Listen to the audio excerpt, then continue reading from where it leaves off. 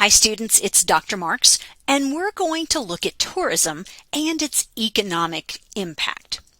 Tourism has grown exponentially over the past century, and I'm not talking about just in Costa Rica, I'm talking about globally. So given this growth, those countries that are conducive to having a tourism sector, right, not everyone is, right, it's got to be a place that tourists feel safe going to, that has attractions that people want to see, whether it's historical or architectural or in the natural environment, but those countries that are conducive to having a tourism sector, they can create a lot of jobs based on this, and it can become an important part of their economy. And as you develop a thriving tourism sector, well, that's a lot of income for the country. This graph right here shows us international tourist arrivals based on different world regions. You see Africa and the Middle East, Asia and the Pacific, the Americas, Europe. All of these areas are seeing more and more tourism. This data starts in 1950 and only goes up to 2018, right there before the pandemic. But you see this exponential increase. And likely this is going to continue to grow. Now, as we look at data, we're going to see a little blip because of the COVID-19 pandemic. And we may see that countries take a little bit longer to rebound. But as I record this, we're starting to already see that rebound. If we look at how much international travel and tourism contributes to the world's GDP, we see really big numbers. Now think about what I'm talking about. Worldwide GDP. If we add up each country's GDP, we can aggregate it, we can get the world GDP. On the left, you see actual data where somebody's done the calculations for 2019 and 2022. Now, why are they skipping over 2020 and 2021? Anyone have any ideas? Ha, you know it. COVID-19 pandemic. We had border lockdowns, so no real valuable information for those years. So 2019, before the pandemic, 2022, after we start seeing some rebound, you see that tourism has fallen, but look, this is a huge portion. Before the pandemic in 2019, international travel and tourism contributed 10.4% of the global GDP. That's huge. So 1 out of every $10 spent for worldwide GDP was related to travel and tourism. That's staggering. Now in 2022, you see it's down at 7.6%, but it's going to take a little time to rebound, and it's definitely rebounding. On the right, you see forecasted values. So the economists and statisticians that did this study suggested that from 2022, that's actual data, they're projecting by 2023, it would be more like 9.2%, so they were predicting a pretty big rebound. But look at that for 2033. They're predicting that by 2033, it's 11.6% of global GDP. So the bottom line is, one, it's large, right? And second, it's expected to grow. Bottom line, tourism is important, not just globally, but it's going to be important to those countries that can participate and really base a service sector around tourism. We know ecotourism is of increasing interest. There are all kinds of travelers that are looking for ecotourism experiences, and obviously this is an area where Costa Rica excels, and our itinerary is built so that you can really get a sense of the ecotourism opportunities in Costa Rica. Costa Rica makes all of the rankings I've pulled. If you go online and Google top ecotourism experiences, top ecotourism destinations, Costa Rica always makes the list. So it's one of the world's top ecotourism destinations.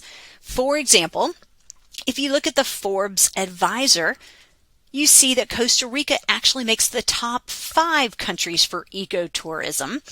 It's not number 1.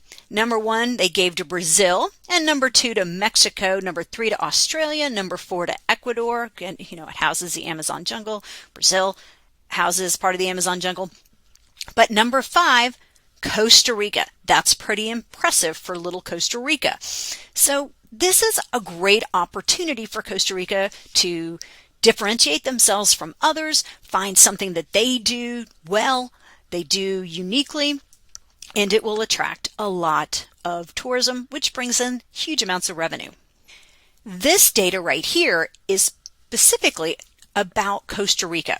It tells us, as the title suggests, the number of international tourist arrivals in Costa Rica looking from 2010 to 2022. Now, keep in mind that pandemic, 2020, 2021, and then we finally see some rebound in 2022. So we always want to remember we've had some global economic crises. We have the COVID-19 pandemic. We have to keep those in mind.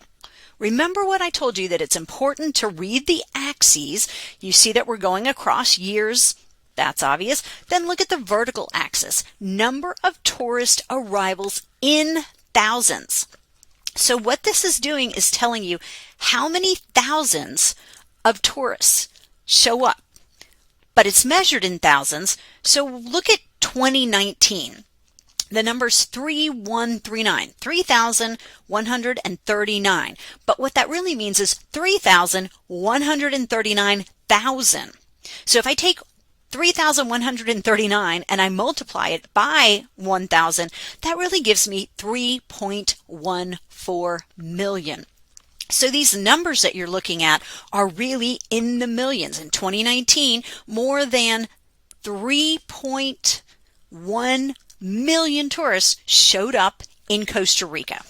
It turns out that the most popular countries of origin are the United States and Canada. So what that means is the most common tourists are from the United States, are American, or are Canadian. That makes sense, right? Part of it is proximity. It's really economical to fly to Costa Rica, at least compared to going to Europe or going to Asia. It costs me way more when I fly my students to Thailand than it does to take them to Costa Rica. So USA and Canada, very popular place for Americans and Canadians to come, head to Costa Rica. But I also want you to notice just how big that trough is associated with 2020 and 2021. You see a huge impact on tourism during COVID. Imagine how devastating that would have been economically and how many jobs that would have been. Nevertheless, you're seeing a rebound in 2022. They're just now kind of making this rebound. If you pull 2023 data, you're seeing even more rebound, but not quite to where they were before the pandemic. So it's still very high, but it is a little lower because of COVID. I found a study that I had to translate from Spanish that talked about the popular activities for people who come to Costa Rica on a vacation. And these activities are listed with the percent of all visitors that say they did these things. Heading for sun and time on the beach, 72% of visitors. Trekking and hiking, 40.3% of visitors. Going to observe flora and fauna in all kinds of different ways. You can do that in Costa Rica, 38.6%. Visiting a volcano, 34.5%. That might be a little low because that usually involves some significant trekking. And then ziplining, 29.2%. There was a whole lot of other things on the list, but I just wanted to give you some of the most popular ones. And these are all ecotourism activities, right?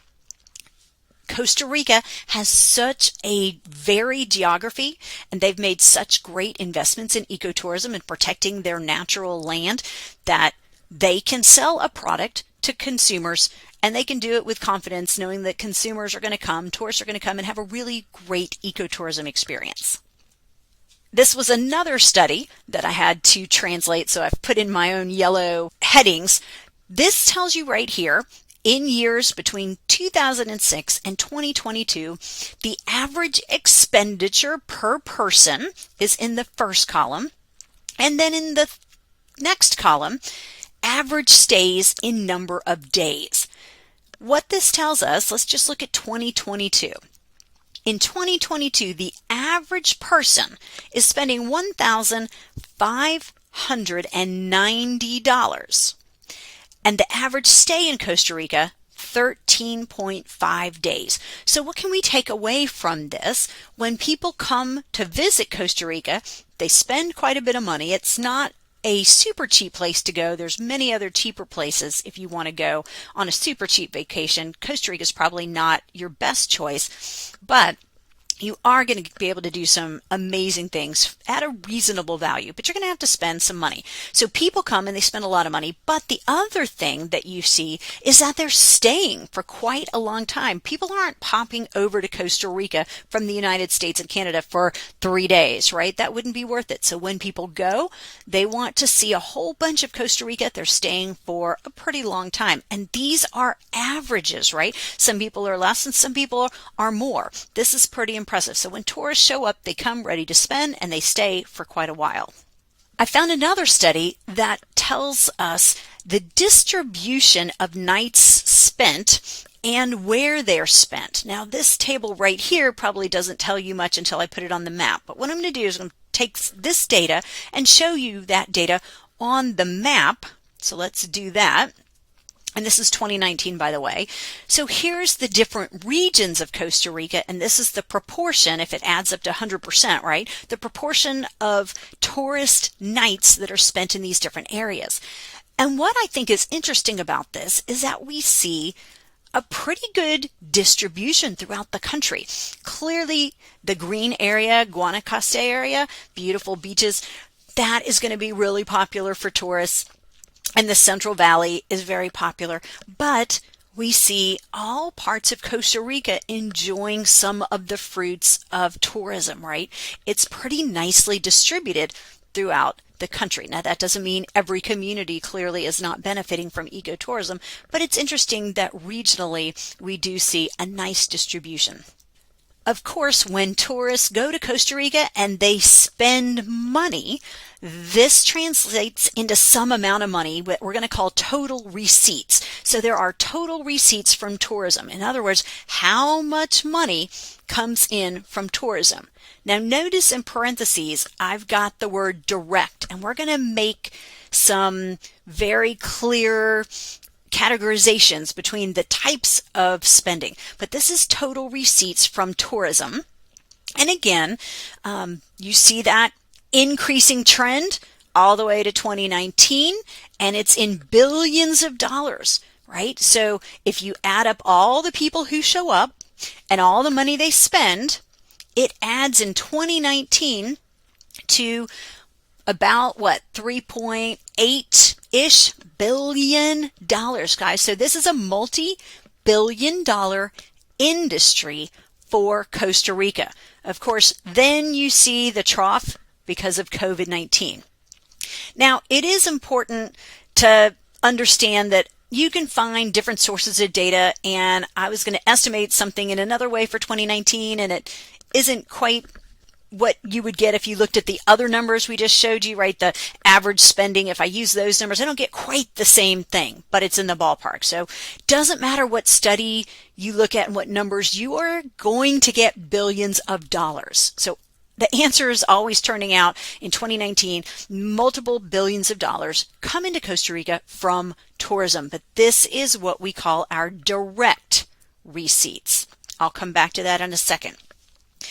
What I want you to see here, and this goes at the bottom from 2005 up to 2021, this is basically like saying what share of GDP comes from tourism for Costa Rica. Look at the red, but at the top you see the label GNP. That's because this study is measuring what we call gross national product instead of gross domestic product. Gross national product is really just another way to estimate productivity or income for the country. The definition is on the left. It's the value of final goods and services produced by a country's citizens, both domestic and abroad. If you have Costa Ricans working in the United States, that contributes to gross national product.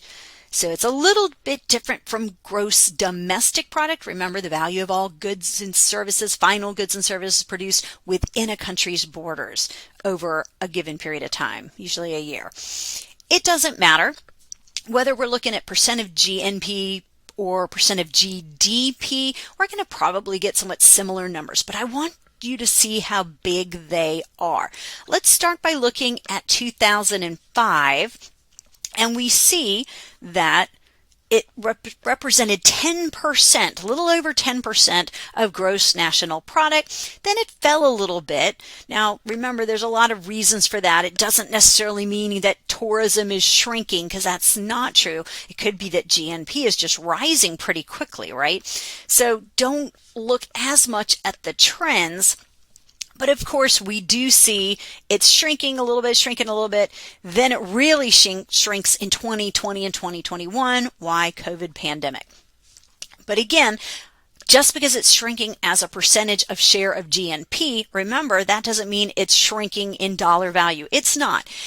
Tourism has been going up. The money coming into Costa Rica from tourism going up is growing. It's just that it's representing a smaller and smaller share of gross national product. That's all that means. But what I want you to take away from this is that this is a sizable portion of the economy. 6%, guys, is a really big percentage.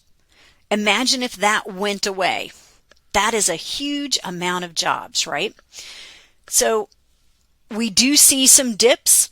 2007, 2008, that great recession that we've talked about a couple times, that global financial crisis. And then, of course, more recently, 2020 and 2021, the COVID pandemic. But this is a large portion of Costa Rica's economy. You know, if it represents 6% of their economy, that's a lot. Let's make it clear that when it's a large sector of the economy, that means there's lots of jobs that are tied to tourism when it represents that much of your gross national product. Let's move on to talk about economic impact, because tourism has a big economic impact. The financial data that we've just been looking at captured direct impact. Direct impact. What do I mean by direct impact? I'm talking about spending that comes directly from tourists. So when we talk about direct impact from tourism, we're talking about the spending that comes directly from tourists. So basically we're saying, let's take the combined value of how much tourists spend. If we add up all the money spent by all the tourists, that gives us the direct impact. That means we add up all the hotels that they stay at. What do they spend there? All the money they spend dining out.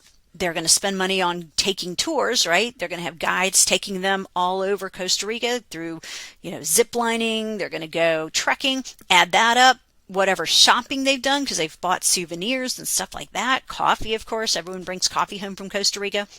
Maybe they have a car rental, but you've got to add all of those things up. And all of those things together are the direct impact from tourism. And you can imagine just how large that is. And we just saw numbers, right? What were the numbers? Were they in the thousands? Were they in the millions? Were they in the billions? What do you remember? They were in the billions, right? Multiple billions of dollars, right? We saw less than $4 billion, a little bit less than $4 billion. But here's the thing. The direct impact is large, right? We just said almost $4 billion. But there are indirect effects as well. And do you know what? Those count too. It's important for us to estimate those as well. When we talk about indirect effects, we're talking about the increases in business-to-business activity. The increases in business-to-business activity. In other words, those things that are needed on the job to support those tourist activities. So if you own a restaurant, what are the things you need to have tourists at your restaurant? So business to business activity goes up. And these are going to be most of the time things that come from suppliers, right? If I own a restaurant, I have suppliers that have to supply things to me in order for me to be able to have tourists dining at my restaurant. So let's think about these as the additional economic demands that come from the direct expenditures. So direct expenditures from tourists lead to indirect effects and indirect expenditures. So now we've got tourists paying for meals at restaurants and paying for rooms at hotels. That's the direct expenditure. But then those hotels and those restaurants have to spend money so that they can have those tourists there in their hotel rooms and having meals. Those are the indirect expenditures. Be clear that these indirect expenditures are not included in the direct effects. So when I showed you that data a few minutes ago with the direct effect of tourism in Costa Rica, that didn't include these kind of secondary effects, what we call these indirect effects. Let me give you some examples because I know this is a little abstract. Let's say that we have tourists go to restaurants, right? That creates a direct effect. They pay for tacos and they pay for, hamburgers. But we have waitresses, and those waitresses need uniforms. Well, we don't want to have waitresses without uniforms, but those uniforms have to be bought from other companies. That's an indirect expenditure. Also, in order to make those hamburgers and to make those, nachos or whatever you're serving, ingredients must be secured from other suppliers. Well, that is an indirect expenditure, an indirect effect.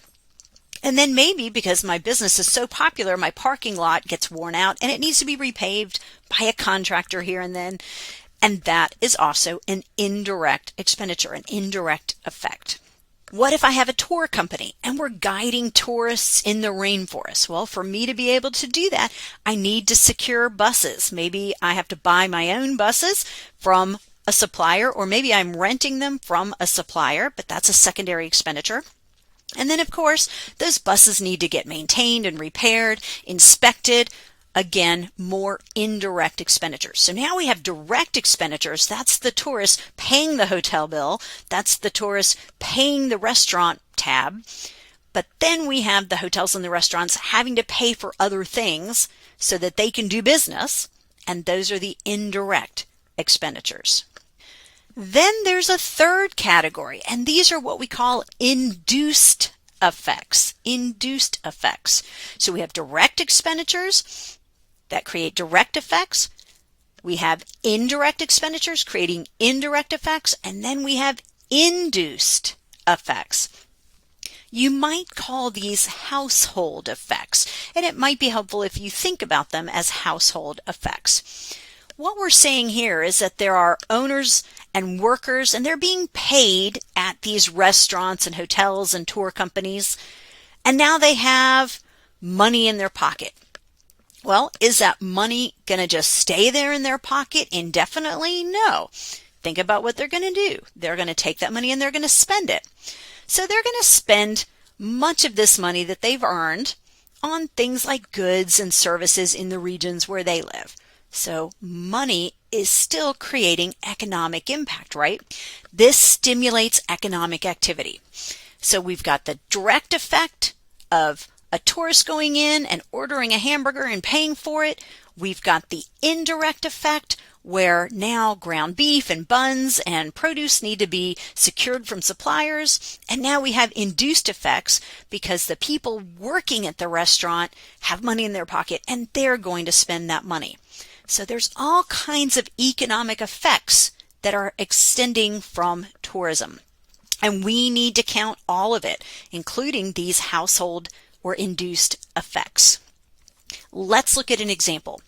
So tourists, again, go to a restaurant. Everyone agree they buy a burger, they pay the bill. That is a direct expenditure. And then we talked about the waitress needing a uniform. That was our indirect effect. But now we've got a waitress earning salary and tips. And she's got money now in her pocket. And she's going to use that, let's say, to do home improvements on her house. So she hires a contractor or a carpenter. Do you see what's happening here? Now the money that came from the restaurant is trickling down to other people when the waitress goes and spends it. That's the household effect or the induced effect we're talking about. Or back to our tour company that's guiding tourists around in the rainforest, the tour guide earns salaries and tips. And when he has money in his pocket, maybe he uses that to pay for private school tuition for their children. And that money stays locally. And that then supports a school, and the school hires teachers. You see what's happening here. we have a lot of things that we would need to estimate if we wanted to really calculate the full economic effect of tourism in Costa Rica. A simple $100 expenditure by a tourist, well, again, that's a direct effect. We go in, we spend $100 on a hotel room, we spend $100 taking a big group of people out to eat. But what happens is that it creates more than $100 of impact, because the $100 is the direct effect, but we need to think about the indirect effect and the induced effect. So a visual here will help you. If we take the direct effect, which was that $100 we were just talking about, the individual spending $100 at a restaurant, he's a tourist, that then creates the indirect effect and the induced effects. We have to add those to the direct effects, and all of that combined, all three things, gives us total economic impact. So clearly it's going to be more than $100, right? Because $100 is just the direct effect. So back to a point I've already made. Think about how much economic activity was lost during the COVID-19 lockdowns, right? We saw the data, right? Tourism went way down and the direct effects shrunk, right? A whole lot of that disappeared from the lockdowns and border closings and people not wanting to travel, which means when you lose the direct effect, you have no indirect effect and no induced effect, which really means there's a big loss in economic impact because it's not just the direct effect, it's those secondary effects as well. There are two important variables that influence total economic impact. Now, we've said direct effect plus indirect effect plus induced effect gives us total economic impact, but there's a little bit more to it because there are two variables that influence this. The first is turnover, the number of times that money changes hands, the number of times that money changes hands. And what do I mean by changing hands? Well, remember the waitress had money from being paid and getting tipped, and she hired a carpenter. That is money changing hands, okay? So waitress earns her money, spends it on a contractor, money has changed hands. And then the contractor, maybe he uses it to buy groceries. Well, that money has changed hands again. Do you see what's happening? The money is just going around and around. Money is changing hands over and over and over. And theoretically, this money can continue indefinitely in the local economy, right? It can just continue to change hands over and over and over again, theoretically. Now, that's not what's actually going to happen, and I'll tell you why in a second, but theoretically, that money can just go over and over and over, around and around and around, right? Goes from the waitress to the contractor to the grocer might take it to the dry cleaner then might go buy a pair of shoes, right? It can just go on and on and on and on. But at some point, this process is going to slow down because money leaks out of this circle.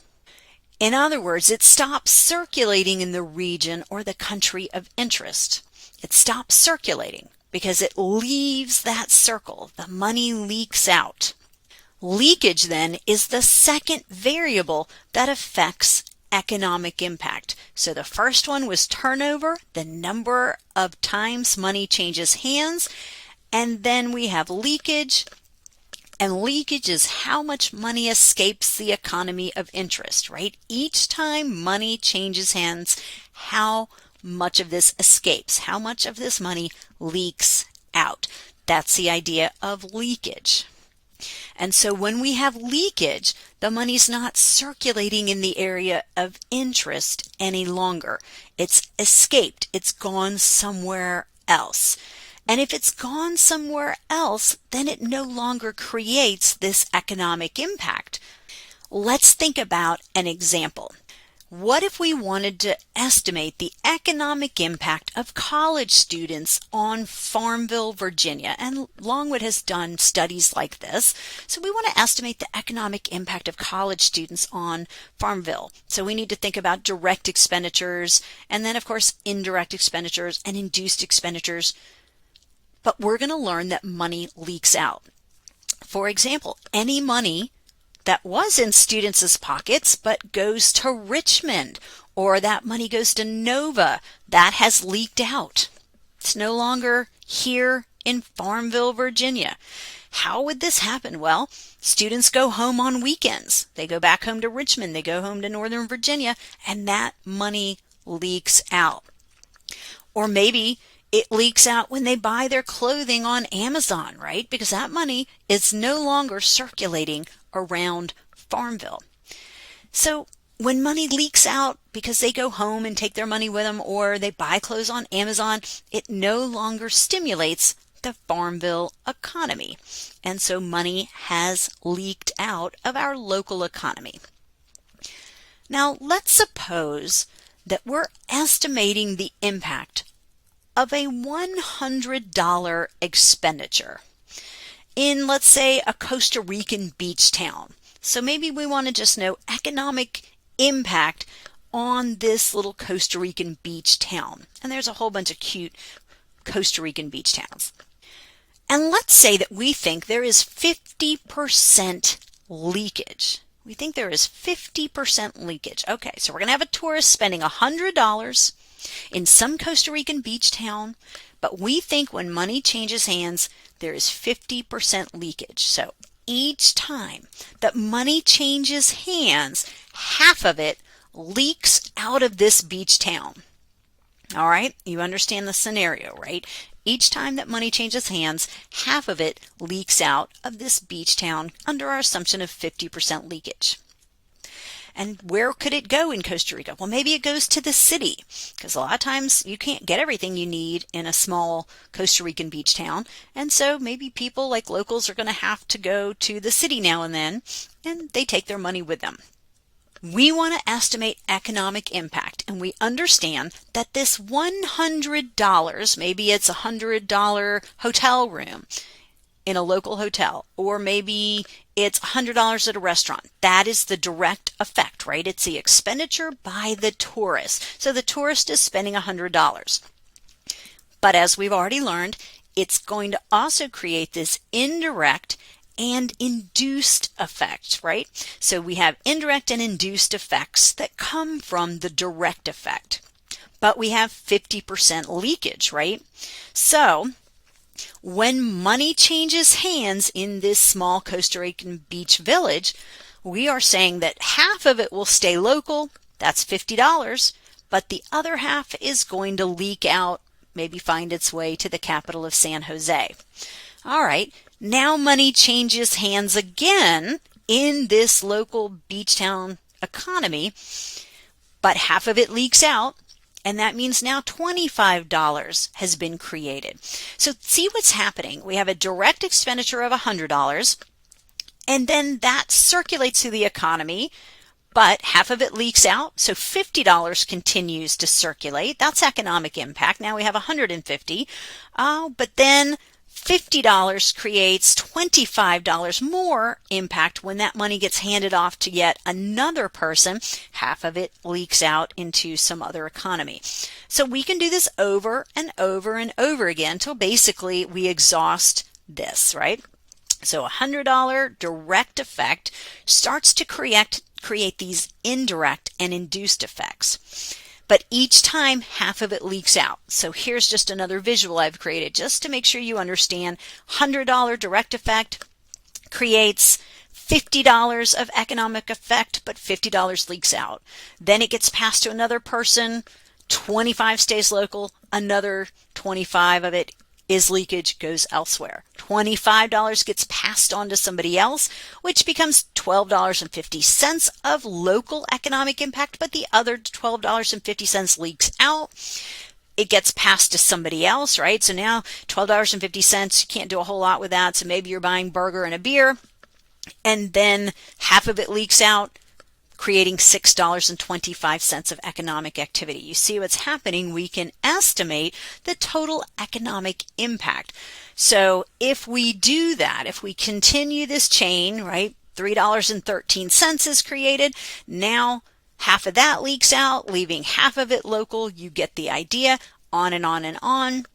So if I continue this chain and add it all up, I get $199.98. So basically we get $200. I'm going to call it $200 just so we don't have to think about the rounding.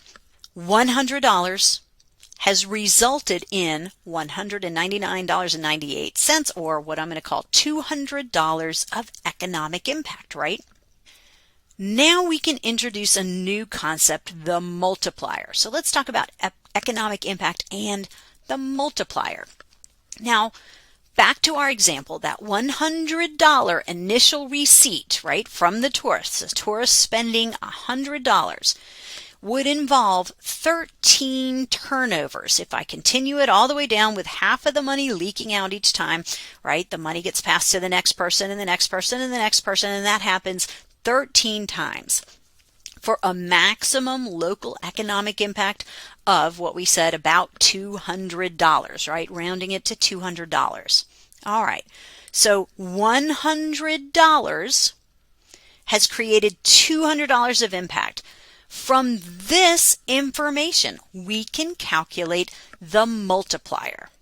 So that $100 of direct expenditure, of direct impact, has created a total economic impact of $200. And from this, we can calculate the multiplier. What is the multiplier? The multiplier is how the overall economy changes from the direct effect. How the overall economy changes from the direct effect. So we can calculate our multiplier very easily because we saw that $100 turned into $200 of economic effect. Again, it was under our assumption of leakage being 50%, right? So can you calculate the multiplier? Sure. What we see is we have an economic multiplier that equals 2. Our economic multiplier equals 2. This is important information when you're doing research. What is the economic multiplier? But in this example, we have an economic multiplier of 2. Multipliers are important because they help us create estimates. How will the economy of interest be impacted? Maybe a new resort is opening up in Costa Rica, in an area where we think the leakage is going to be relatively small. Well, we can use all of that information to figure out what the economic impact of that new resort will be. Or maybe we have a new manufacturing plant that's moving in and it's going to create jobs in a certain local area. Well, when that happens, we can use all of this type of information with our multiplier to figure out what our estimate is of our economic impact. But the multiplier depends on the variables we just discussed, right? The multiplier, $100 turned into $200, that's a function of how many times money changed hands and the leakage especially, right? So the multiplier of 2 depended on the variables, having leakage of 50%, for example. What if instead our leakage was lower? What if there was some way, or maybe our geography of our area suggests that our leakage isn't going to be 15%. Instead of 50%, maybe it's going to be 30%. And you could imagine that leakage might be lower if you're in a really remote area. If you don't have big cities nearby that you can get to easily, if you're really remote, rural area, well, your leakage might be a lot less, right? Do you agree that if our leakage is smaller, then that money's going to circulate around longer, right? Because instead of $100 turning into $50, that $100 is going to turn into $70, right? There's going to be more money circulating for longer. And if more money circulates for longer, then it's going to create more economic impact, right? So hopefully that makes sense. And you can do the math to confirm this. But if we have leakage of 30%, that $100 in a remote area would turn into $333, not just $200. So leakage really plays a big role in determining the economic impact, the total economic impact, right? It turns out that different geographic areas have different multipliers. You can imagine that Farmville has a different multiplier than, let's say, Chesterfield. Farmville's a little bit more remote. That might keep money here. If you're in Chesterfield, it's very easy for you to go to, let's say, Midlothian. So Chesterfield might have a very different type of multiplier. And again, there's arguments for why you might say, well, it could be lower in Farmville or higher, but some might have multipliers of 2, some might be 2.5, some might be 2.7. No one's going to have a multiplier of, something ginormous like 20 or 30 or something like that, right? We normally see these multipliers being in the 2, 3-ish range. But the key thing to understand is that if areas can find ways to reduce their leakage, well, think about what will happen if you find ways to reduce leakage. Then they're even better off, right? Because if you can reduce leakage, that money stays in your community and circulates more and longer, which means more economic impact. So let's think about tourism in Costa Rica. Local areas want to keep the money circulating in their own local economies, right? That local beach town in Costa Rica wants the money to stay in the local beach town. That's true, right? But at the same time, Costa Rica wants to keep the money circulating in Costa Rica. You can have leakage out of a local area, but you can also have leakage out of a country. So when I say that Costa Rica wants to keep the money circulating in Costa Rica, they do understand that money leaks out of the country, and that reduces economic impact. When I travel, my goal is to maximize my economic impact. And it's important that you understand when you travel to another location, your decisions affect the level of economic impact that's created by you being there. Let's call that our economic footprint. You've probably heard the term carbon footprint, and we want to minimize our carbon footprint, right? The impact on the environment that comes from things that we do, our consumption of things that generate carbon emissions. Well, this is kind of the opposite. We want a small carbon footprint, but we want a big economic footprint. In other words, we want to make a bigger economic impact.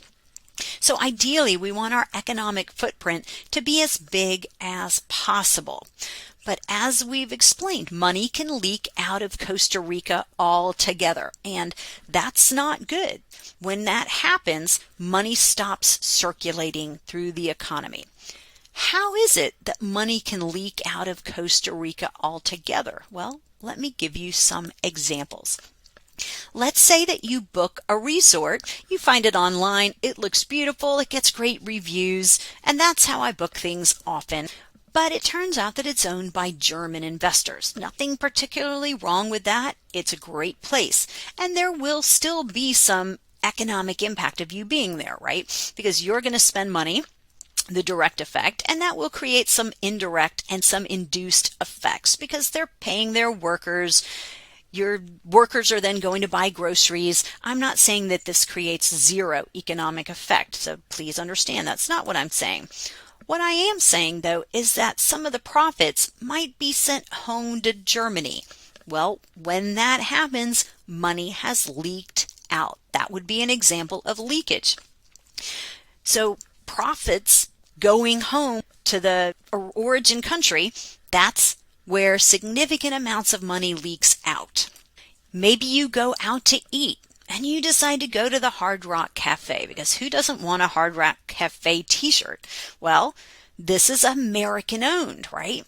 When you go to the Hard Rock Cafe, you're not going to a Costa Rican restaurant, you're going to an American restaurant. And again, profits are going to get sent home to the United States, and when that happens, money has leaked out. Or let's say you go to a bar and you insist on getting a Coors beer instead of an Imperial beer, which is one of the most popular local beers. So your choice to order a Coors beer instead of Imperial, well, when you do that, you're not supporting local enterprises in Costa Rica. So you see what's happening. You're reducing your economic impact. How can we maximize our economic footprint when we travel? Well, there's a lot of things we can do. First of all, we can use Costa Rican companies to plan the activities, right?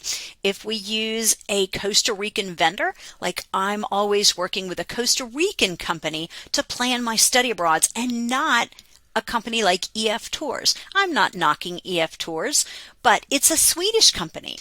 You're not creating the maximum economic impact when you use a Swedish company or an American company to book all of your activities in a foreign country. So I'm staying local. Number 2, you can stay in locally owned hotels. When you have locally owned hotels, the money stays local.